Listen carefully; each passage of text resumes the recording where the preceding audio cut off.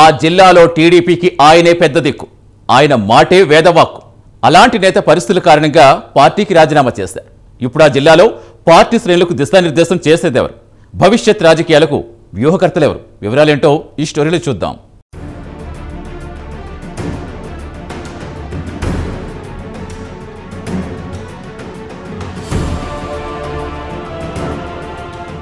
విజయనగరం రాజవంశీయులు కేంద్ర మాజీ మంత్రి పూసపాటి అశోక్ గజపతిరాజు ఇటీవల గోవా గవర్నర్గా ప్రమాణ స్వీకారం చేశారు. టీడీపీ నుంచి రాజకీయాల్లోకి ఎంట్రీ ఇచ్చిన అశోక్ గజపతిరాజు ఎమ్మెల్యేగా, రాష్ట్ర మంత్రిగా, ఎంపీగా, కేంద్ర మంత్రిగా పనిచేశారు. టీడీపీలో సీనియర్ నాయకుడిగా, మచ్చలేని నాయకుడిగా ఉన్న అశోక్ గజపతిరాజుకు గవర్నర్గా ప్రధాని నరేంద్ర మోదీ, సీఎం చంద్రబాబు అవకాశం కల్పించారు. ఈ క్రమంలో గోవా గవర్నర్గా అశోక్ గజపతిరాజు బాధ్యతలు స్వీకరించారు. గోవా గవర్నర్ బంగ్లా దర్బార్ హాల్లో ప్రమాణ స్వీకారం చేశారు. అయితే రాజకీయాలలో తన శత్రువులను మిత్రులుగా చేసుకునే నాయకుడిగా అశోక్ గజపతిరాజుకు పేరుంది.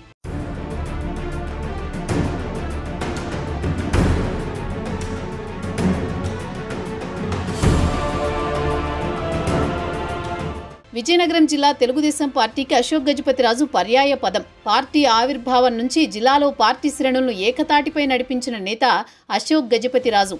పార్టీ జిల్లా అధ్యక్షునిగా ఎవరు ఉన్నప్పటికీ అశోక్ అనుసరణలోనే పార్టీ కార్యకలాపాలు ముందుకు సాగుతాయన్నది అందరూ ఎరిగినదే. అయితే కూటమి హయాంలో ఇటీవల అశోక్ గజపతిరాజుకు గోవా గవర్నర్గా పనిచేసే అవకాశం లభించింది. రాజ్యాంగబద్ధమైన గవర్నర్ పదవిలో ఉన్నవారు రాజకీయ పార్టీల పదవులలో ఉండకూడదు. ఇందులో భాగంగా అశోక్ గజపతిరాజు తాను ఇంతకాలం కొనసాగిన తెలుగుదేశం పార్టీకి రాజీనామా చేశారు. పార్టీ పోలిట్ బ్యూరోతో పాటు ప్రాథమిక సభ్యత్వానికి కూడా రాజీనామా చేశారు.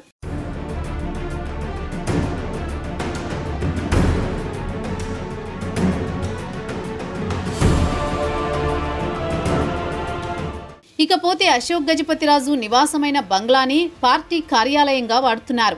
జిల్లా స్థాయి సమావేశాలు అక్కడే జరుగుతాయి. పార్టీకి చెందిన రాష్ట్ర స్థాయి నాయకులు ఎవరు వచ్చినా అశోక్ బంగ్లాలో అడుగు పెట్టకుండా ముందుకు సాగింది లేదు.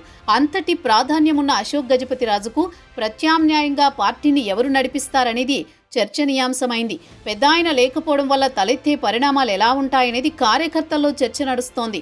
జిల్లా వైసీపీలో రాజకీయ చాణక్యునిగా పేరొందిన బొత్స సత్యనారాయణ, చిన్న శ్రీను వంటి వారి వ్యూహాలకు ప్రతిగా వ్యూహరచన చేస్తూ పార్టీకి దిశానిర్దేశం ఎవరు చేయగలరనే మాట పార్టీ శ్రేణుల్లో వినిపిస్తోంది. ప్రస్తుతం ఎమ్మెల్యేలుగా వ్యవహరిస్తున్న వారిలో కిమిడి కళా వెంకట్రావు, కోళ్ల లలిత కుమారి వంటి ఒకరో ఇద్దరు తప్ప మిగిలిన వారిలో చాలా మంది తొలిసారిగా శాసనసభ్యులైన వారే.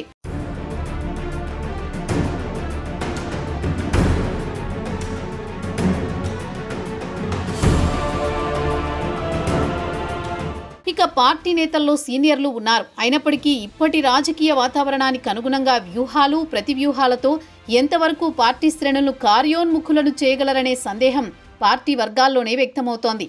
ఇన్ని సందేహాలకు సమాధానంగా నిలిచే నాయకుడెవరనేదే ప్రస్తుతం విజయనగరం టీడీపీ వర్గాల్లో హాట్ టాపిక్గా మారింది. పార్టీ శ్రేణుల్లో అంతర్గతంగా ఇటువంటి చర్చ నడుస్తున్నా పైకి మాత్రం అంతా గుంభనంగానే వ్యవహరిస్తున్నారు. ప్రత్యక్షంగా అశోక్ గజపతిరాజు అందుబాటులో లేకపోయినా అవసరమైన సందర్భంలో ఆయన సలహాలిస్తారని పార్టీ వర్గాలు భావిస్తున్నాయి. ఏది ఏమైనా జిల్లా పార్టీకి చుక్కాని వంటి అశోక్ గజపతిరాజుకు వారసునిగా ఎవరుంటారనేది సస్పెన్స్గానే ఉంది.